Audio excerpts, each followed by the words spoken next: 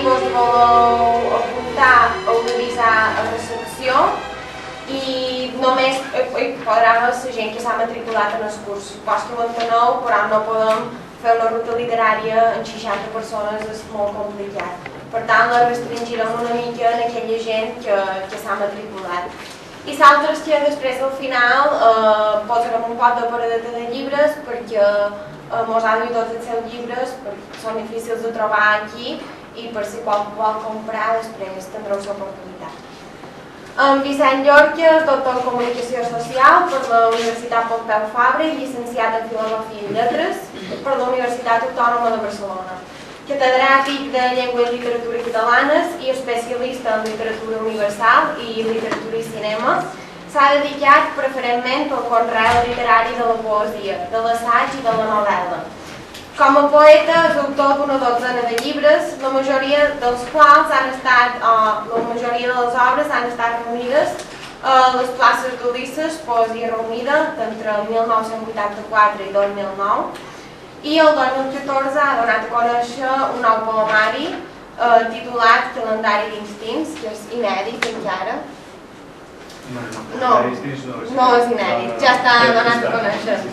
És inèdit en relació a les places Ulisses. D'acord, sí. Ha guanyat els premis Salvador Espriu de Poesia Jove, Ausiàs Marc, Vicent Andrés Estellers, Benvingut Oliver o Vicent Andrés Estellers de Burjassot, entre d'altres. Com a assagista ha publicat estudis sobre Màrius Sampere i Miquel Àngel Riera. Aquest darrer, que dona títol també a la conferència d'avui, va ser guardonat amb el Premi Joaquim Xirau.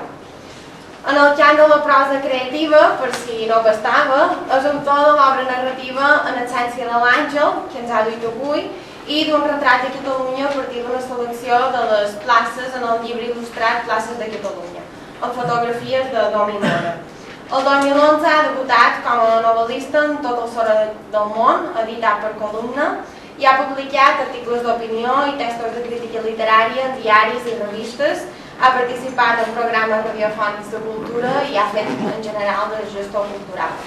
Finalment, també cal destacar que ha realitzat en els darrers anys nombroses conferències i presentacions de llibres, alhora que ha col·laborat activament en diverses iniciatives culturals relacionades amb l'oferia literària. Entre 1991 i 1996 ha estat secretari general de l'Associació d'Escriptors en Llengua Catalana i ha representat la literatura catalana al Congrés Europeu d'Escriptors. Avui el tenim aquí per parlar de la novel·lística de Miquel Àngel Riera. N'estem molt contents, o sigui que moltes gràcies. Pots començar quan vulguis. Moltes gràcies.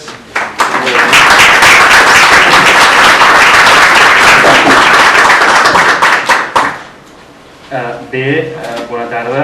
En primer lloc, m'agradaria dir-vos que estic molt content de ser amb vosaltres, perquè em fa especialment il·lusió tenir l'oportunitat de parlar de Miquel Àngel Riera a Manacor, a la seva terra, a la seva ciutat, i per tant, bé, és molt entranyable per mi ser avui amb vosaltres i compartir amb vosaltres, en definitiva, l'obra de Miquel Àngel Riera.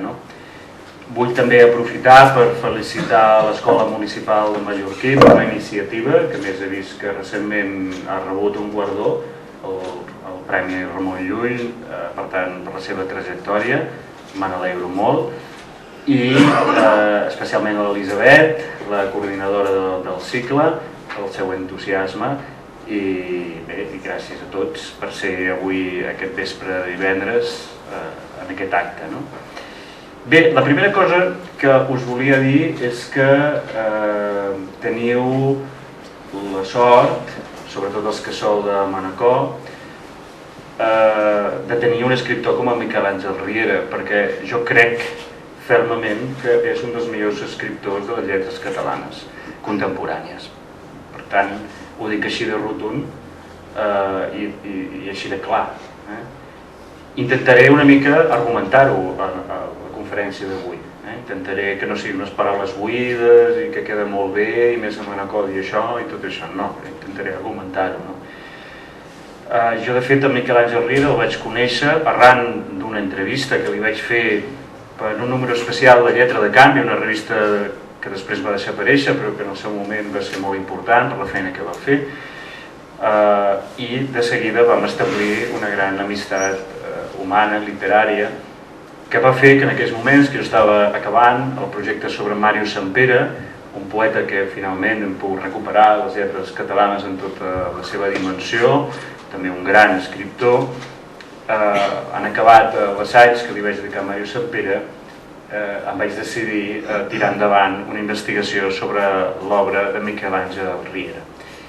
I durant els anys següents, això era a finals dels 80, començaments dels 90, això va quallar amb un treball de recerca dins del meu doctorat i després en el llibre d'assaig Salvar-se amb la paraula, que és el que avui volia homenatjar amb el títol de la conferència, perquè no deixa de ser un llibre que va sortir l'any 95, per tant ara ja ha plogut una mica, o no tant com voldríem, però ha passat un temps. Arran de la mort de Miquel Àngel Riera vaig fer un llibre que no tenia previst, el llibre d'assaig sí, perquè va ser un objectiu, vam estar treballant, vaig tenir moltes converses amb el Miquel Àngel, hi ha coses que no explico en el llibre, que ja explicaré més endavant, en un altre llibre sobre literatura catalana o en les meves memòries, no ho sé, no és fàcil. Però és cert que en un moment determinat, arran de la mort de Miquel Àngel, se m'imposa establir un diàleg amb ell i així va néixer aquest llibre, En absència de l'Àngel, que alguns dels aquí presents coneixeu bé, com avui tenim l'honor de tenir un gran escriptor entre vosaltres com Antoni Vidal Ferrando, a part de més gent del món de la cultura i més escriptors, perdoneu-me, però permeteu que m'hagi fet molta il·lusió que hagi vingut des de Santanyí, Antoni Vidal. Per tant, amb Antoni vam parlar d'aquest llibre, En absència de l'Àngel, en el seu moment, ell el coneix bé, que és un epistolari, com un fals epistolari, no? Amb Miquel Àngel, surt Àngel, l'àngel que surt és ell, no? I no deixa de ser una prosa assajada, però sense ser assaig estricte, sense tot l'aspecte de pensament assagístic, sinó barrejant molt més aspectes humans, lírics, etc. I, en definitiva, fent el gran homenatge personal a l'obra de Miquel Àngel Riera. Acabaré la conferència d'avui amb un petit fragment del llibre en homenatge a Miquel Àngel. Bé, entrem en matèria. Teniu una fotocòpia que pertany a un retrat que va publicar l'Associació d'Escriptors en Llengua Catalana l'any 2012 i que podeu tenir en PDF per la xarxa. És a dir, és un llibre que el teniu en PDF a la xarxa, no hi ha problema. Però sí que m'ha semblat que no estava malament que tinguéssiu aquest full, que si us l'han fotocopiat bé hi hauria d'haver la bibliografia, no sé, és que no he pogut veure la fotocòpia, la bibliografia bàsica, no? Essencial. És una bibliografia no exhaustiva, però sí que, feta el 2012, per aquells que sobretot no esteu familiaritzats en el món de Miquel Àngel Riera, podeu veure una mica la cronologia. Una mica aquesta era la idea, res més.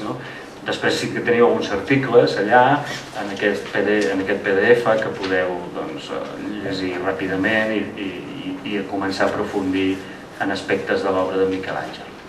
Bé, la primera cosa que cal és situar la seva obra novel·lística en el temps, per adonar-nos que, en definitiva, hi ha una primera dada molt important, que és que Miquel Àngel té una visió de les coses i que, des d'aquesta condició de maduresa, aborda el gènere novel·lístic, després d'haver-se donat a conèixer com a poeta l'any 65, amb poemes en ai. Això també segurament ens explicaria el perquè, quan fem una mirada a tota la seva obra novel·lística, trobem un sentit d'unitat molt pregon. Una unitat, com ara veurem, que és d'estil i que és també de temàtica, d'univers temàtic. Anem a poc. En primer lloc, de què estem parlant? Estem parlant de 6 novel·les que podem distingir en 2 grans etapes. La primera és la que anomeno, de fet, en el meu assaig, la tetralogia Milà, és a dir, 4 novel·les al voltant del cognom, del llinatge Milà. Per entrar després en la segona etapa, amb les novel·les Els déus inaccessibles i Illa Flaubert. La primera etapa ocupa 10 anys entre la publicació de Fuita i Martiri de Sant Andreu Milà i l'endemà de mai, l'any 78. I entremig tenim Morir quan cal, l'any 74.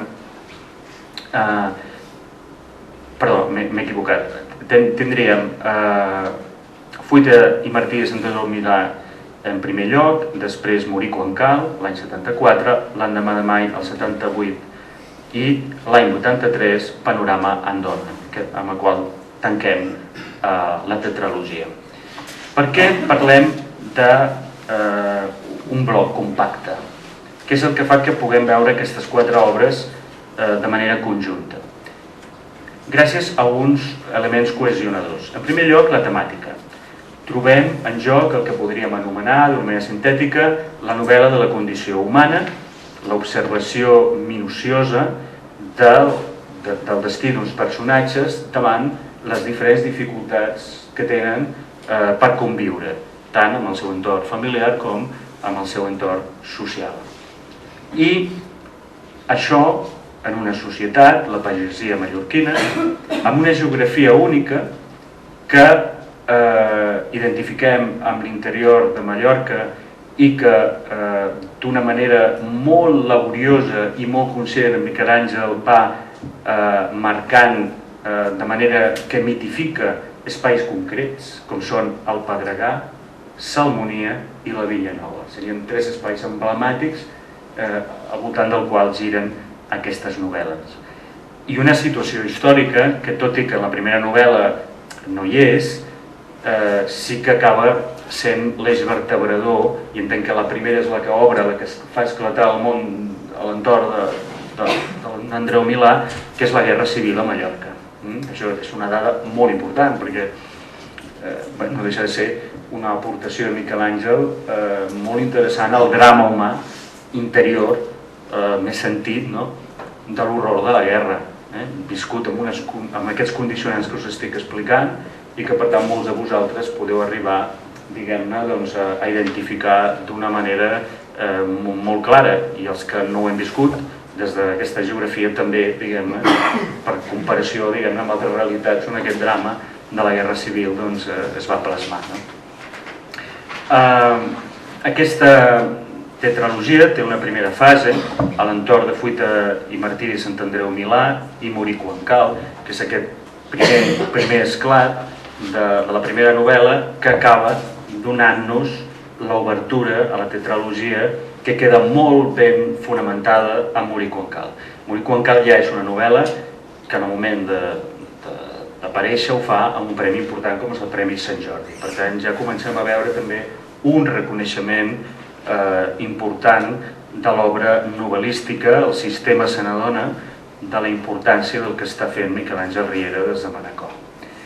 La segona fase d'aquesta tetralogia, després d'aquesta irrupció amb aquestes 2 novel·les, seria l'endemà de mai, on es posa d'una manera absolutament descarnat el tema de l'experiència nihilista. Tot aquest drama al voltant de la guerra adquireix en aquesta novel·la un tint molt important. Un moment, val a dir, en el qual ell paral·lelament està fent la redacció del primer dels 2 llibres de narrativa curta que té, La rara anatomia dels centaures, i sabem que, de fet, va arribar aquest títol a estar en joc en un moment determinat com un possible nom de la novel·la L'endemà de mai, però finalment va quedar pel llibre de narrativa i L'endemà de mai va quedar com va quedar amb el seu propi títol. I la tercera fase, per tant, tindríem l'esclat d'aquest món, aquest cimal, amb tot això que us estic explicant, amb l'endemà de mai, acaba tenint el seu punt de sortida, de final i de sortida, com ara explicaré, amb Panorama Andona. Panorama Andona juga un doble paper en l'obra d'en Riera, que és el de tancar la tetralogia, però també, com ara intentaré demostrar avui, ens està donant les bases de la segona etapa. Concretament en un punt molt important, com posaré de manifest. Bé, estem doncs amb aquesta tetralogia per un cantó i en un moment determinat s'obre una segona etapa amb els déus inaccessibles l'any 87. Quina seria la diferència amb la primera etapa? Bé, doncs que tot aquest món de referència al qual he al·ludit desapareix. No desapareix el sentit d'unitat de l'obra. Miquel Àngel serà sempre molt ell, serà molt fidel als seus fonaments literaris. Crec que en Pere Rosselló es va centrar molt en la concepció literària de Miquel Àngel Riera el divendres passat, no? Ja m'ha dit que us vau portar molt bé. Són bons alumnes. Doncs ell serà molt fidel a aquest credo personal, literari. El que passa és que canvia d'alguna manera a què s'està referint a Miquel Àngel en aquesta etapa. La primera cosa que podem dir és que és una etapa ja de maduresa. Si ja és madur el seu inici com a novel·lista, aquí es pot dir que està ja a un nivell que jo anomenaria estratosfèric, és a dir, estem parlant de dues grans novel·les, no de dues novel·les. Estem parlant de, no vull dir que Morir quan cal no ho sigui, però per exemple jo defenso que és una grandíssima novel·la Morir quan cal, que l'hauríem de tornar a reivindicar, però realment impressiona molt tenir aquestes dues obres a les mans, no? I veure què és el que s'estan posant, diguem-ne, en joc, no? Tenim, com ja passava amb la tetralogia de Milà, aquesta visió de la condició humana, de la dificultat de la convivència, però ara els referents són més abstractes. O sigui, tota aquesta mirada cap a la societat mallorquina, cap al moment històric de la Guerra Civil, tot això desapareix i ens enfrontem a conceptes abstractes i absoluts. La bellesa en els déus inaccessibles i la mort a Illaflor, per dir-ho molt clar i català i molt ràpid. Seria aquest el punt de partença. On també, curiosament, anem trobant elements que troben les dues obres, perquè, per exemple, els dos personatges principals, que per cert no tenen nom,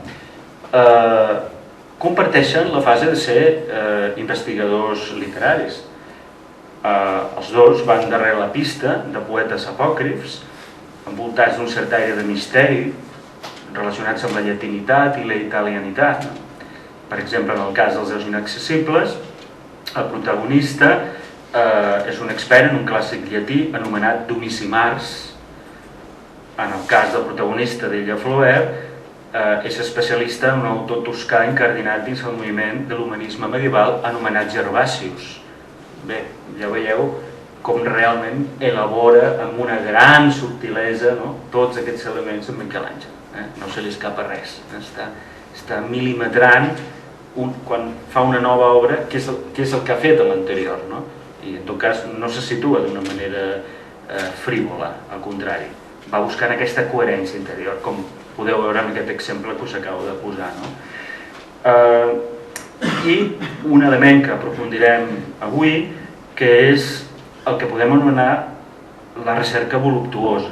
Tant els déus inaccessibles ens posen davant de què significa l'experiència sublim de la bellesa i Illaflor davant l'intent absolutament boig d'intentar aturar el temps en vida.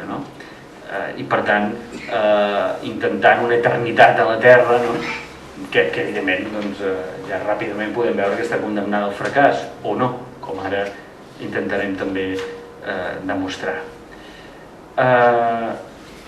Sigui com sigui, estem, com veiem, davant d'una obra que mereix que ens aturem un moment per veure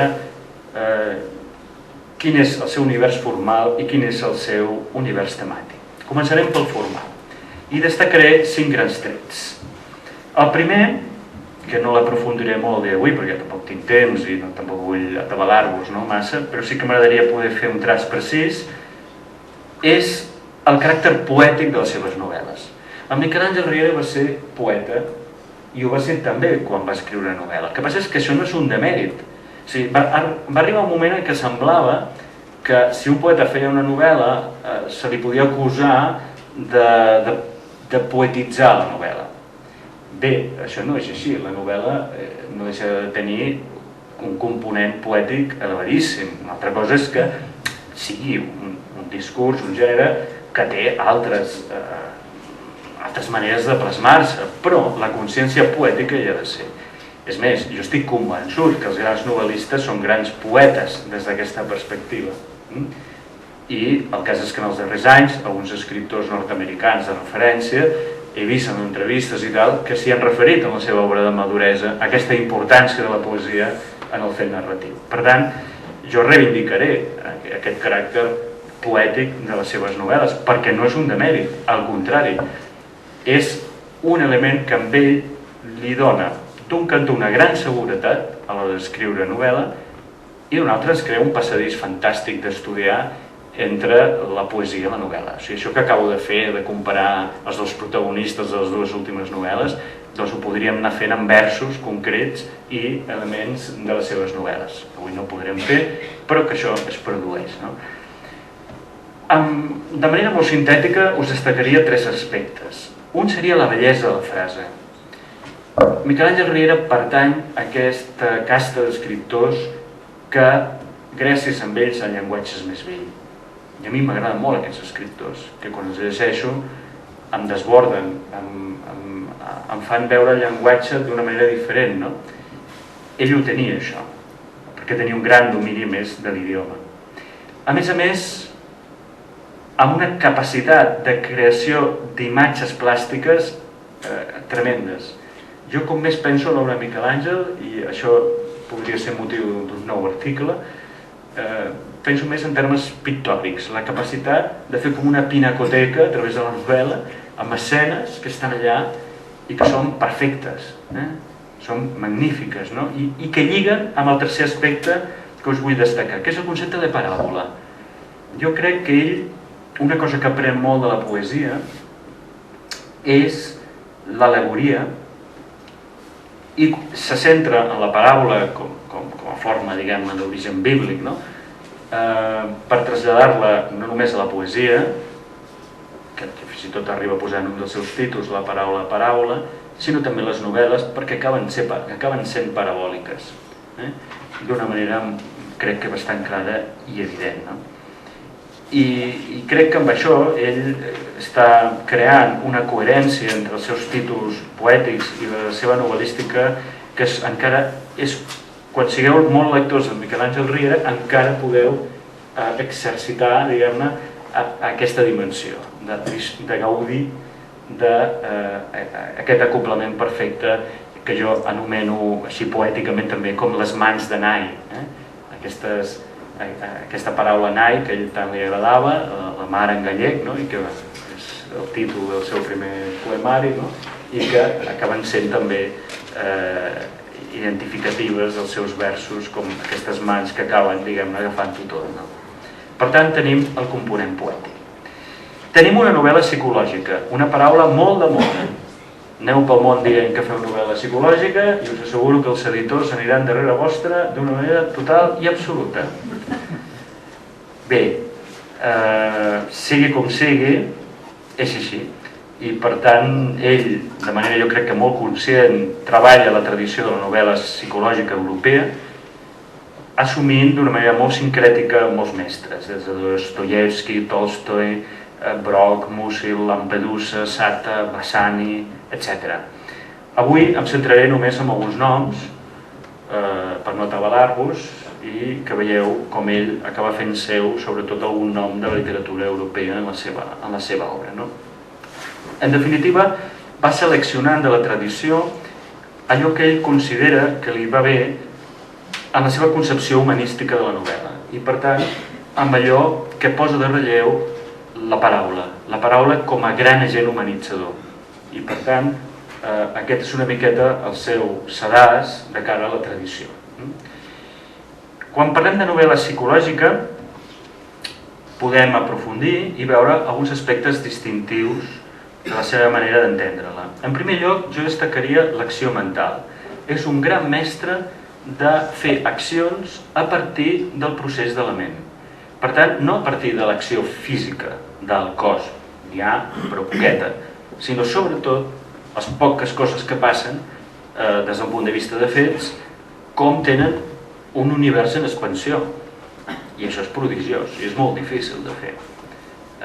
Per tant, un escriptor de l'acció mental, que ens proposa una experiència formidable, i aquesta jo diria que recorre tota la seva obra novel·lística, que és la de la constitució de l'home zero, aquest concepte del punt iniciàtic d'alguna cosa, no? Com repensar la humanitat fins a arribar a aquest prototipus d'home zero que acaba assumint el dolor del món i acaba d'una manera doncs, pràcticament com Jesucrist, no? Salvant alguna cosa, no? Salvant la humanitat, no? Per dir-ho d'alguna manera, no? Per tant, un personatge que en el seu procés evidentment té una problemàtica amb el seu entorn i que necessita reinventar la història. És el cas d'Andreu Milà, quan es troba amb aquells criminals que s'han estimbat amb el cotxe i estan allà, els altres estan agonitzant i ell se n'adona que és l'únic que sobreviurà i per tant la versió dels fets serà la que ell digui.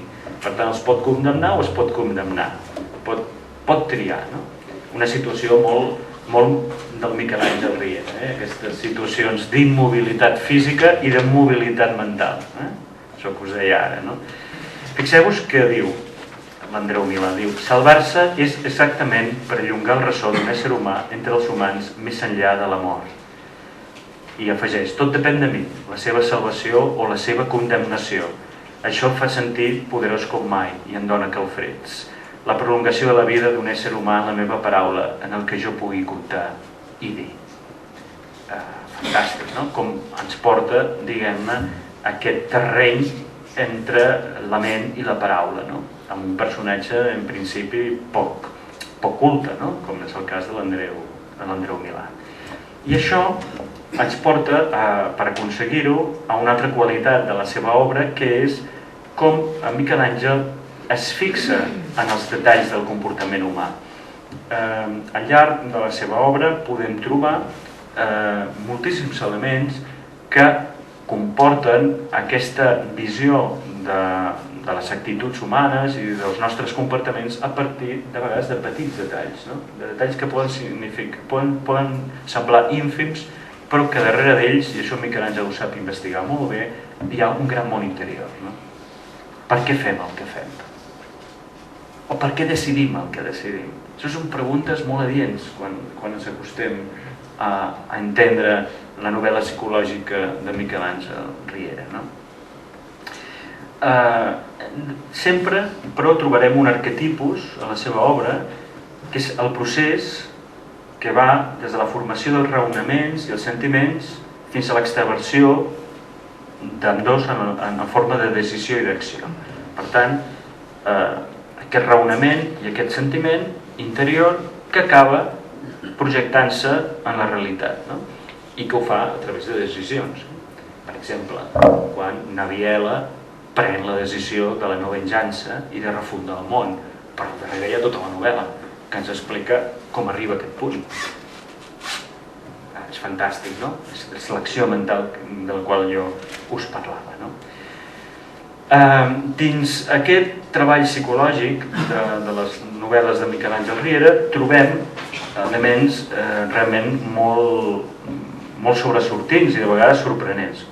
Un d'ells seria el treball sobre l'adolescent. Jo diria que l'adolescent, la figura de l'adolescent, juga un paper molt important en la seva obra. Evidentment, una obra com Morir quan cal fonamenta molt aquesta afirmació que faig, no? Però, evidentment, el trobarem també quan analitzem els déus inaccessibles davant la figura d'Alexis, no? Per tant, tenim dos adolescents, per dir-ho així, que ens estan donant dos punts, no? En la cronologia de la seva obra molt interessant, no? Ell en una ocasió va dir: crec que juga un paper molt important dins la meva obra i dins la meva vida, ja que de fet em considero un etern adolescent i en cert sentit voldria ser-ho sempre. Per tant, les seves declaracions corroboren bastant, no? Això que us estic comentant, no? M'aturaré només un segon en els déus inaccessibles, perquè a ell li va saber una mica de greu una feixeta que va posar l'editorial dels déus inaccessibles, que parlava de Thomas Mann i la mort de Venècia, i clar, ell sempre veia això com una distorsió, en certa mesura, de l'afalagava, evidentment, perquè el comparàvem amb Thomas Mann, no està mal, no cada dia ens comparem amb Thomas Mann, però bé, d'alguna manera també és veritat que ell no estava fent, diguem-ne, un treball inspirat en el Taccio del Thomas Mann. I en aquest sentit em vaig entretenir, en salvar-se la paraula, a distingir en què consisteix el treball del Taccio des del Thomas Mann i en què consisteix el treball d'Alexis per part de Miquel Àngel Riera. Hi ha un element que per mi és molt important, que ja l'avenço, que és una de les coses que avui vull deixar més clares, i és el tema de la voluptuositat. Tot i que és veritat que Thomas Mann està reflexionant sobre la bellesa i el paper de l'estètica, és veritat que finalment apareix també el desig amorós, etc. I s'està portant un territori una mica postromàntic, per dir-ho així. En canvi, Miquel Àngel Riera tot això ho porta cap a un element per mi molt contemporani, com intentaré demostrar, que és el de la sensibilitat.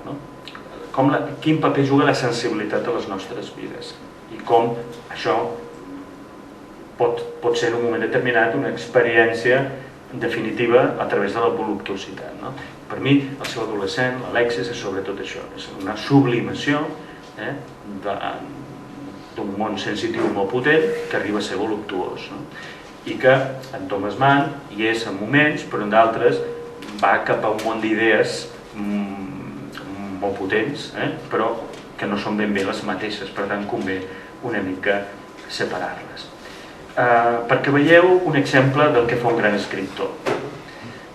Com descriu Alexis, aquest adolescent que està, diguem-ne, sent el motiu de la sublimació del capellà protagonista. Diu: amb la fesomia d'Alexis ha succeït amb mi, com amb aquelles parts d'algunes estàtues sagrades, que, tot i tal volta ser de pedra duríssima, han anat perdent la forma primigènia que deixa l'artista, per amb el temps assumir la que de tant de rebre el contacte d'una infinitat de mans en camí d'anar o venir del bes, testimonia la llarga trajectòria enfervorida d'una feligresia. És genial. No sabem què és el rostre d'Alexis, ni ho sabrem mai, per tant cadascú tindrem el nostre Alexis.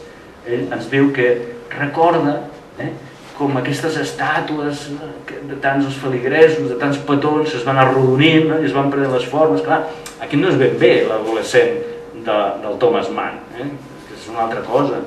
Aquest és un adolescent, doncs això, que se'ns escapa, que arriba a dir en un moment determinat a l'obra que ni tan sols es deia Alexis, que s'ho va inventar el capellà, és a dir, posat ja a desrealitzar per compensar la gran sublimació que hi ha al darrere. Això són elements per treure una mica tanta potència que està posant l'autor per l'altra banda.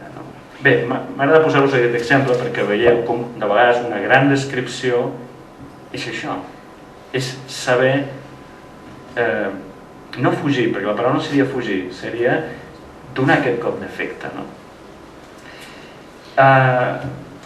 Per tant, tots aquests elements, com veieu, ens estan prefigurant un món de personatges fascinant, on l'adolescent juga un paper molt important, i farem un pas endavant veient com, en tercer lloc, el tercer gran aspecte seria el tractament del temps narratiu a la seva novel·lística. Aquí hi ha un element que és molt important tenir en compte, que és la influència de Proust. Proust, com sabeu, de fet, desenvolupa una gran reflexió sobre el temps en literatura i Miquel Àngel Riera va aprendre molt bé aquesta lliçó d'aquest gran mestre i en concret pensa sempre en la importància, com Proust també la va pensar, de les frases. Les frases com si fossin elements d'una partitura. Això és el que fa Proust.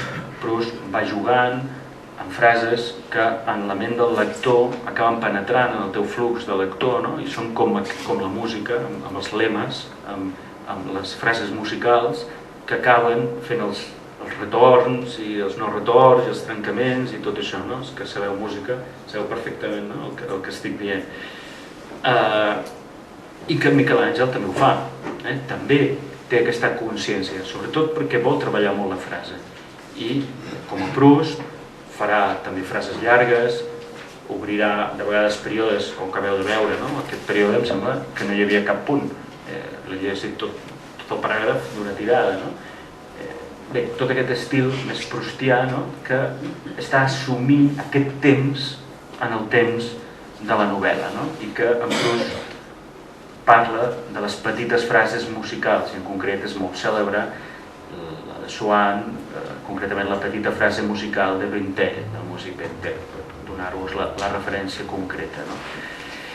Bé, aquests mecanismes ell els ha après de la novel·lística europea del segle XX i els posa en funcionament. Com sap perfectament, i ho ha après de Proust i d'altres, la novel·la contemporània com un gran poliedre.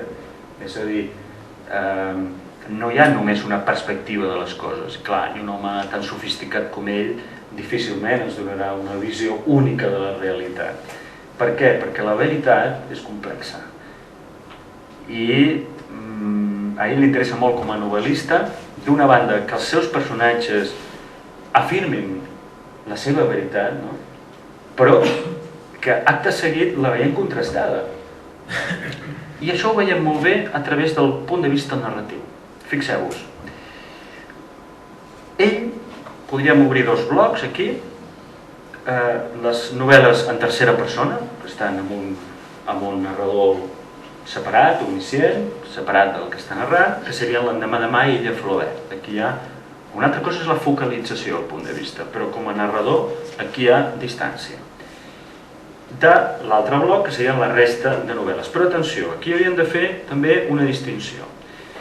Una distinció entre les novel·les en les quals la primera persona té molta importància i les que hi ha aquest joc polièdric treballat d'una manera molt manifesta. En el primer cas tindríem Andreu Milà i Els déus inaccessibles, i en el segon Morir quan cal i Panorama en dona. Fixeu-vos, Andreu Milà, però no comença en primera persona. Hi ha un romanç de cec. Per tant, ja ens està posant en un gènere allà que no té res a veure en principi amb la novel·la, però que sí, perquè ens està donant com una mena d'auca, no? Que després es desenvoluparà. El narrador, que és omniscient, en tercera persona, està basant-se en fragments periodístics. I en el capítol 3 comença a parlar-nos l'Andreu Milà. O sigui, trobem la primera persona al capítol 3 fins al capítol 29. Perquè després ja torna el narrador a aparèixer i tanca amb altres fragments dels fets vists des dels diaris de l'època. Bé, amb això Miquel Àngel Riera es distingeix de Proust, perquè Proust és un flux de consciència. Aquí ell ho limita, perquè vol deixar clares les perspectives i crea com a narrador aquesta ficció, aquesta distinció amb el fet narrat. Després sí, s'hi posa en la primera persona de l'Andreu Milà i tindríem tot el flux d'això que ara us comentava, de l'acció mental i tot això. Però ell s'ha curat en salut d'alguna manera. Els déus inaccessibles. Els déus inaccessibles, que és tan important la primera persona, el capellà, que ens ho explica tot, però hem de tenir en compte que és la història d'un que s'ha trobat en un dietari la història i que diu, la vaig a transcriure, perquè no s'entén molt bé, la vaig a transcriure. Per tant, la novel·la és una transcripció. I al final opina que tot allò no va existir mai. Desfer el que ha fet. I en fer-ho encara ho fa més potent. Li dona encara més realitat. Bé, això, el primer que ho va fer d'una manera molt... Vaja, el creador de la novel·la moderna des d'aquesta perspectiva és Cervantes. No vam parlar gaire del Cervantes amb en Miquel Àngel, però me n'he donat en detalls com aquests posteriorment, que ell va estar molt atent a aquest tipus de jocs de qui està narrant, no? En moments determinats. Morir quan cal hi ha una estructura meravellosa que ens ajuda moltíssim a aquest poliedre que us parlava ara i aquest tractament del temps, perquè tenim la visió en primera persona del protagonista, de l'adolescent, però tenim el punt de vista matern i tenim el punt de vista de, diguem-ne, el poble, que com una mena de cor clàssic, no? Distanciat de tot, va sonant, no? Mentre anem veient què n'opinen de la mort del noi i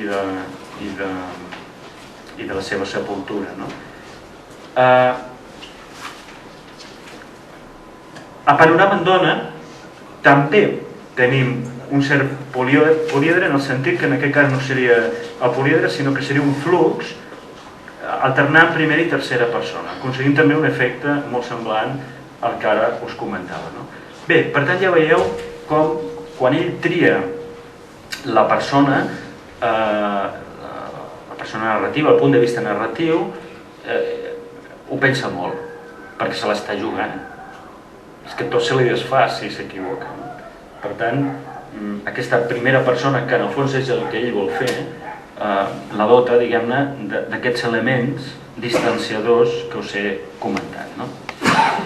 Bé, de totes maneres, ell seguirà, això sí, amb en Proust, amb l'idea que hi ha una psicologia del temps i que la novel·la és un gran moment per posar de manifest aquesta psicologia i, com a conseqüència, ens plantejarà un estil, com dèiem ara, no barroc, però sí ell no és pròpiament un home barroc, però sí un home de frase llarga, amb moltes aposicions, de moltes obertures a través de parèntesis, etc. Tot aquest estil una mica musical, una mica sinfònic, que és molt característic d'ell i que acaba sent una prosa molt elegant. Jo ho resumiria amb una frase, sigueu majestuosos. La paraula majestuós, majestàtic, són adjectius que li agraden molt, i una miqueta aquesta majestuositat, una mica en el gest de la frase, és un efecte molt buscat. Una mica irònicament vaig escriure en una ocasió que Riera escriu en l'italià més català del món, perquè em recorda molt aquesta cosa italiana, elegant, que tots ens fascina, i que és igual, t'estan enganyant però ho fan tan bé que t'enganyen una mica, ja li dono 5 euros, és igual, és igual, perquè m'ho estic passant bé escoltant. Bé, això ho tenia en Miquel Àngel, i que per tant ens està dotant d'aquest element temporal a través d'aquest tipus de frase musical i que per acabar la reflexió la tancaria amb un compositor, que és Bach. A Miquel Àngel Riera agradava molt Bach i jo crec que molt sovint hi ha l'empremta del que significa crear aquests moments musicals que van i tornen i que van buscant la perfecció com un element de bellesa total. I de fet ell en alguna ocasió en parla. Per exemple, en un moment determinat, en la seducció que sorgeix la gràcia d'Alexis en el capellà, dels déus inaccessibles, diu que només es pot comparar amb l'audició d'una coral de Bach. Per tant, posa, diguem-ne, la comparació d'una manera molt clara i evident, De fet, jo recordo que ell va tenir interès que conegués la biografia de Bach, feta per la... no recordo el títol, es deia La petita biografia de Bach, perquè aquí es posa en joc tota aquesta visió humanística de Bach i el seu sentit de la frase. Per tant, l'aspecte musical, la dimensió del temps com complement de la psicologia i com a conseqüència aquesta concepció del període de la frase llarg, elegant, majestàtic, de tall bachquià. Però, juntament amb el temps, tenim un altre element molt important, que és l'espai. I aquí l'espai és l'illa. I amb això és un autor totalment mallorquí, perquè coneix el seu territori, coneix la terra natal i la literaturitza d'una manera prodigiosa, perquè ho fa amb una gran categoria. Sempre els seus personatges, fixeu-vos, parteixen d'aquest emmarcament en un medi geogràfic i social que ens va descrivint com a càmera lenta,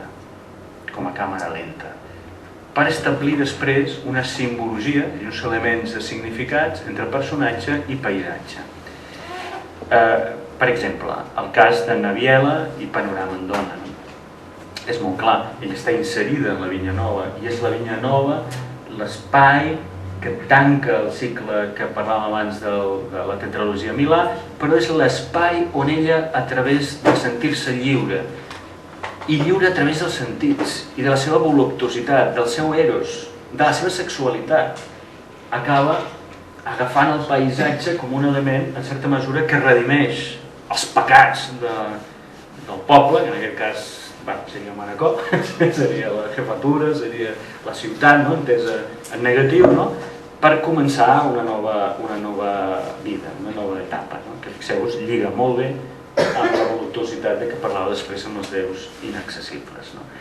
Aquí voldria aturar-me un moment en una cosa fantàstica de la novel·lística contemporània i que Miquel Àngel Riera va estar molt atent, que és la importància d'un pintor com Vermeer de Delft.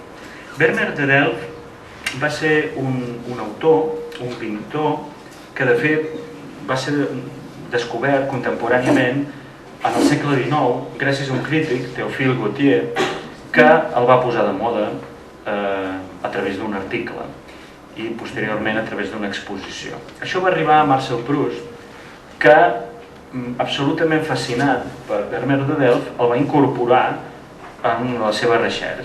I en un moment determinat, Bergot, un dels seus personatges, expira mentre contempla l'obra de Vermeer. Llegiré el fragment aquest perquè és molt significatiu de com treballa Miquel Àngel Riera, de com aprèn aquesta tècnica Miquel Àngel Riera. Diu: a partir dels primers escalons que havia de pujar, li van agafar rodaments de cap. Va passar per davant de diversos quadres i va tenir la impressió de l'aixutor i de la inutilitat d'un art tan fals i que no valia els corrents d'aire i d'un sol palazzo de Venècia d'una simple casa vora el mar. Això dins l'exposició.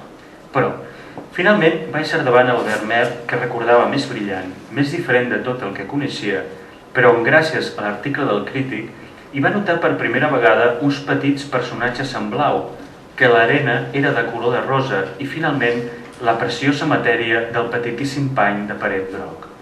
Els seus rodaments de cap augmentava, fixava la mirada com un infant a una papallona groga que vol agafar el preciós petit pany de paret. Així és com hauria hagut d'escriure, deia. Els meus darrers llibres són massa secs, hauria calgut passar-hi moltes capes de color, fer la frase preciosa per ella mateixa, com aquest petit pany de paret groc. Bé, doncs això és el que farà Miquel Àngel Riera.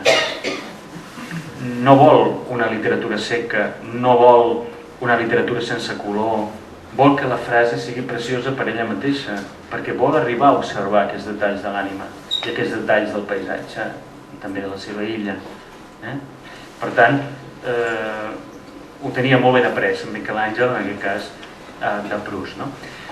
Amb un element tècnic formidable com és el fet de fer convergir tot això en una vertadera pinacoteca. Les desacceleracions narratives, Miquel Àngel és un mestre amb això, fa que tinguem escenes prodigioses. Per exemple, a Morico en Cal, totes aquelles escenes dels al·lots que van, que es banyen, que es despullen, és una escena d'una sensualitat, d'una força vital meravellosa. I, finalment, tenim, clar, evidentment, la insularitat com a metàfora de la soledat, que agafa un caràcter molt tràgic i molt fort a la tetralogia Milà, perquè no deixa de ser el que acompanya el drama dels diferents personatges de la tetralogia, i que a la segona part de la seva obra pren aquest element diferent en tant que es converteix en la gran metàfora d'aquesta anada cap als absoluts de què us parlava, la bellesa, l'illa i la bellesa, l'illa i la mort. Una mica per resumir-ho d'una manera clara. Vaig avançant perquè si no no tindrem temps d'abordar alguns aspectes que vull abordar. Clar, en el cas d'Illa Flaubert, el mateix mot illa ja apareix en el títol, per tant, ja la concepció d'insularitat és exageradíssima, no? I realment ell fa un treball molt minuciós de convertir el propi paisatge mallorquí en aquesta creació literària, no? I on Manacor i el seu territori té una gran importància, no? En definitiva, és la vila del personatge d'Illa Flaubert. Quan se'n va en aquell poble de pescadors podem pensar en Calabona, i quan veu Illa Lleona podem estar pensant a Porto Cristo i tot aquell paisatge del Morro de sa Carbassa i totes aquelles petites illes que ell agafa, li dona una nova dimensió completament diferent, perquè el que li interessa no és tant descriure, sinó inspirar-se. Per què? Per crear-nos una illa de veritat, que és la illa Flaubert, com una realitat per ella mateixa, i on posa el seu Robinson molt especial allà, per veure si és capaç de sobreviure. I el cinquè aspecte de l'univers formal que volia destacar és el que anomena el taller Flaubert. Flaubert és l'altre gran mestre, juntament amb Proust i col·lateralment Thomas Mann, de Miquel Àngel Riera. D'ell té molt present aspectes molt importants que ara no tinc temps de desenvolupar, però em concentraré en un d'ells, que és el fet de l'escriptura des d'una veritat. Això que us comentava abans, no? Jorge Luis Borges, en un pròleg que vaig trobar preciós a l'edició castellana de Las Tentaciones de Sant Antonio, diu: Gustave Flaubert puso toda su fe en el ejercicio de la literatura. Incurrió en lo que Whitehead llamaría la falacia del diccionario perfecto. Creyó que para cada cosa de este intricado mundo preexiste una palabra justa, le mot juste, y que el deber del escritor es acertar con ella. Bé, Miquel Àngel Riera no és que porti això al peu de la lletra, però sí que és molt conscient de la importància de l'afirmació de la pròpia veritat dels seus personatges. I, per tant, no és d'estranyar que anem trobant presències flaubertianes al llarg de tota la seva obra. De fet, ja des de Maurice Wancal tenim una referència en positiu a Madame Bovary, i no cal dir, Illa Flaubert és total, no? Des del grafit que fa el personatge allà a la paret blanca del far, on diu: més m'agradaria haver pintat la Capella Sixtina, que haver guanyat moltes batalles, inclosa la de Marengo, com a homenatge a Flaubert, i que ens parla d'aquest poder de la paraula en literatura. A la compra de la illa, com l'ajuda una imatge d'una novel·la de Flaubert, el relaxa i això l'ajuda a fer la compra de la illa. O en un moment determinat en què la taverna del poble dels pescadors sent moltes paraulotes i frases i acaba aixecant-se i cridant Flaubert! Fantàstic, no? El nom de l'escriptor cridant com un insult, en aquest cas. Vol dir, hi ha prou de vulgaritat, hi ha prou de llenguatge tan vulgar, no? Per favor, no? Bé, no cal dir que avui dia ens passaríem el dia dient Flaubert! No? És evident. Prodigiós, aquests detalls de gran escriptor, no? Que us estic comentant. I això està totalment unit a un món temàtic fantàstic, no? Anem a destacar un aspecte resumidament important. El primer ja n'he fet una mica de referència, la paraula i la condició humana, no?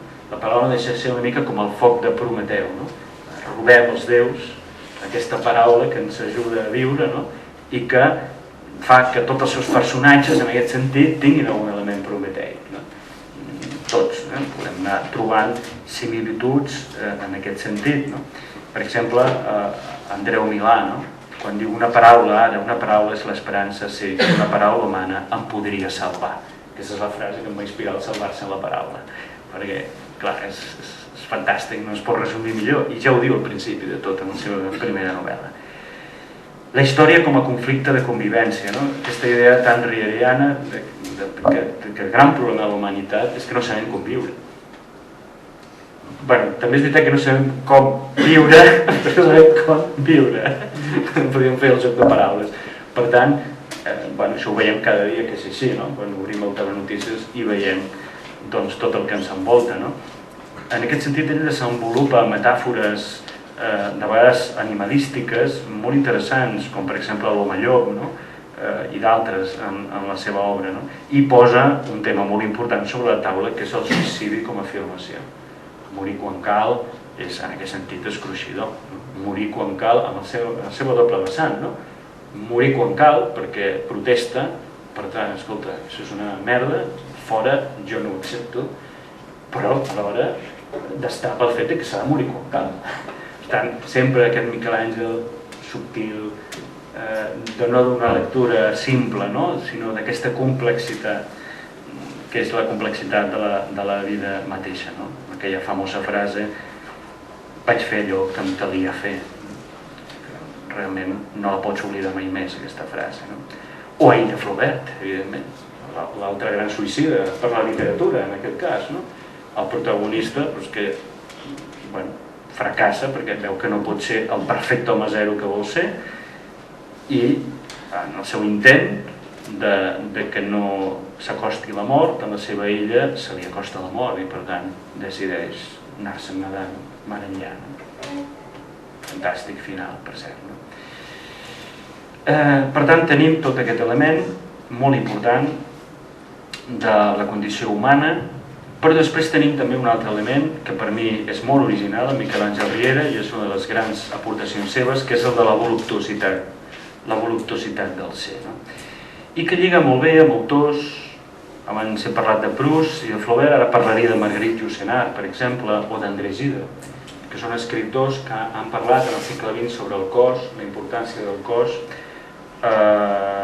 i que han obert molt camí a través de les seves obres a la reflexió sobre la bellesa i l'eros en la societat contemporània. Bé, d'alguna manera, aquest és un dels grans aprenentatges que ell farà en els déus en Aviela, en Panorama en Dona, allà el trobem, però que acabarà esclatant els déus inaccessible i que ho farà d'una manera fantàstica, igualant la gràcia, que és la paraula que té el capellà per intentar entendre tot allò, amb la gràcia dels clàssics. Diu, no són la gràcia majúscula i la gràcia una única i la mateixa cosa. La paraula de Déu és la bellesa, i l'única lectura que podem fer de Déu les ofereix la bellesa del món, o també la bellesa de les actituds, es dirà en un moment determinat. I tot això per dir-nos que podríem trobar una solució al conflicte de la convivència, que seria el que Miquel Àngel Riera anomenava fluidificar la convivència. I això és el que la bellesa, l'estat estètic, que dirien els idealistes alemanys, ens pot aportar. Fer que les coses siguin més fluides. M'interessa moltíssim aquesta reflexió de Miquel Àngel, perquè fixeu-vos que en el segle XXI, a mesura que hem anat, diguem-ne, avançant, aquesta idea de fluid i la realitat líquida, a través de Bauman i d'altres pensadors, ha agafat una força tremenda. Per tant, en aquest sentit, Miquel Àngel Riera està més en el segle XXI que en el XX.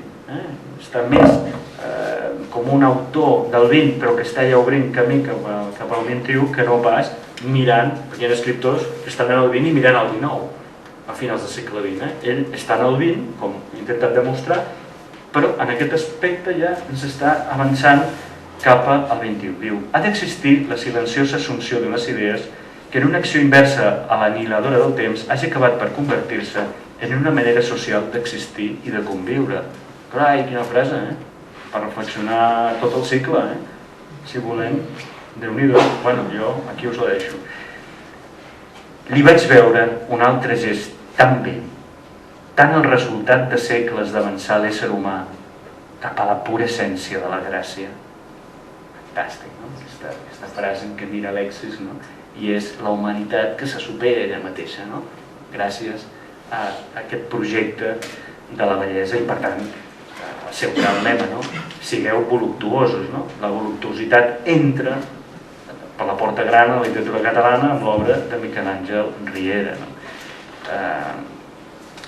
Bé, vaig investigar una miqueta més sobre això de la gràcia i això em va portar a un assaig que us recomano molt de Schiller, no gaire conegut, no tant com altres, que es titula De la gràcia i la dignitat, i on parla de la distinció entre la bellesa que ja està construïda i la bellesa en moviment. Clar, em va fer molta gràcia aquesta distinció, perquè Miquel Àngel no crec que hagués llegit Schiller en concret, però li devia venir la influència a través de lectures, diguem, interposades, però sí que és veritat que l'Alexis dels Déus Inaccessibles és aquesta bellesa del moviment, i ho diu constantment, diu el capellà, parla de la gràcia de la seva forma de moure's mentre avançava, que aquella condició d'Alexis de tractar-se d'una gràcia en trànsit, etc.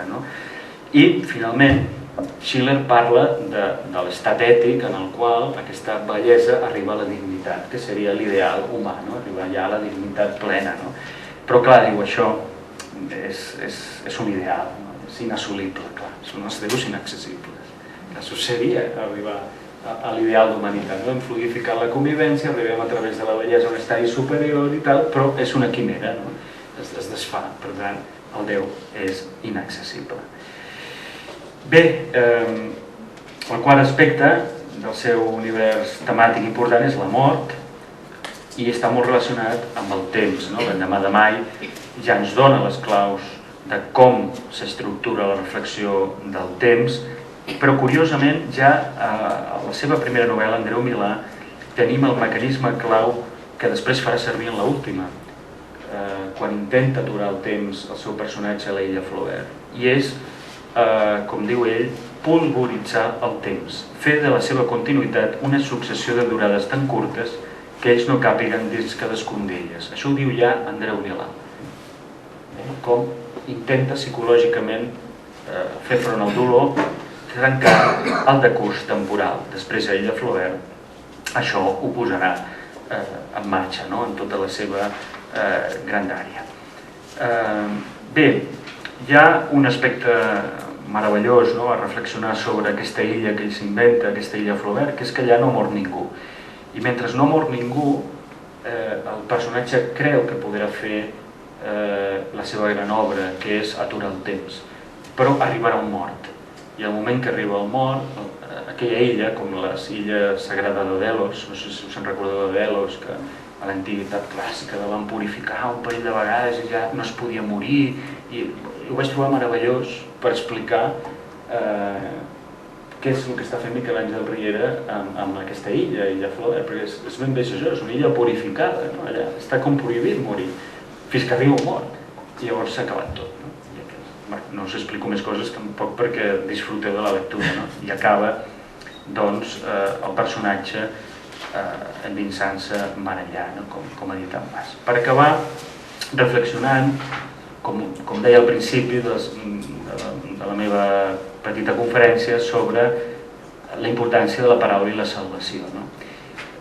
Abans hem vist com Andreu Milà deia que una paraula humana el podria salvar, i tota la seva obra a partir de llavors sembla aquesta reflexió sobre el paper de la paraula en la vida humana, perquè és en definitiva la gent que es permet arribar a la voluptuositat, a la sensualitat, per tant aquest estadi superior de què parlàvem, intentar superar la mesquinesa humana, i per tant arribar a un estadi superior. Per això, seguint Flaubert, entén el projecte del seu personatge en la seva darrera novel·la com una mena de capella sixtina, perquè vol allà redimir d'alguna manera la condició humana, fent una cosa gran, escrivint amb carbó a la paret del far de l'illa la frase de Flaubert. Per tant, la literatura, la paraula és la capella sixtina, i tots els seus personatges comparteixen aquest esforç creatiu de reinventar la realitat i de salvar les seves vides a través de la paraula justa, a través del que Carles Riba anomenava a través de la poesia el sentir-se salvable. Podríem aprofundir molt més, però amb aquests tres fonamentals podeu fer el que s'ha de fer, que és llegir l'obra. La podeu llegir com vulgueu, no cal que seguiu l'ordre cronològic. Si seguiu l'ordre cronològic i seguiu els meus apunts, podreu veure moltes de les coses que he anat comentant. Però també, amb el que hem explicat avui, el que estan explicant el professor Rosselló i d'altres, doncs podeu agafar l'última o els seus inaccessibles, no sé, i després fer la tetralogia Milà, no sé, també podeu, no cal que us agobieu massa amb això. Voldria acabar les meves paraules amb un petitíssim fragment d'En absència de l'Àngel. Miquel Àngel Riera s'estimava molt Barcelona la ciutat de la seva dona, na Roser, se sentia molt barcelonit en aquest sentit. I bé, en un moment determinat, en una de les proses aquestes adreçades a Miquel Àngel, parlo de Barcelona com a símbol de la nostra pròpia vida. La ciutat som nosaltres. La gràcia de la ciutat és tots els que han estat, els que som i els que vindran. És com una cadena meravellosa. I així acaba la prosa que parlo de Barcelona i diu: Àngel, un dia de primavera t'acostares a la plaça de Sant Gervasi i tot prenent un cafè signares un pacte d'amor amb els seus carrers. I ara el teu poeta apòcrif, Gervasius, va escrivint coses tan belles com nosaltres dos anant cap a nosaltres un, mentre omple el cor i la ment d'un dels teus personatges que descamina el temps, l'especeeix per aturar la vinguda de la mort. No va ser tant la bellesa del lloc com l'oportunitat del moment, la potència de la mirada dialogant amb els morts i amb els vius d'aquesta ciutat que ha guanyat amb tu un secret més. Àngel, una ciutat és sempre l'escenari del nostre destí i ens l'estimem com un pare o una mare i ens estem perquè tenim l'íntima convicció que quan morirem la nostra ciutat seguirà i nosaltres amb ella. Moltes gràcies.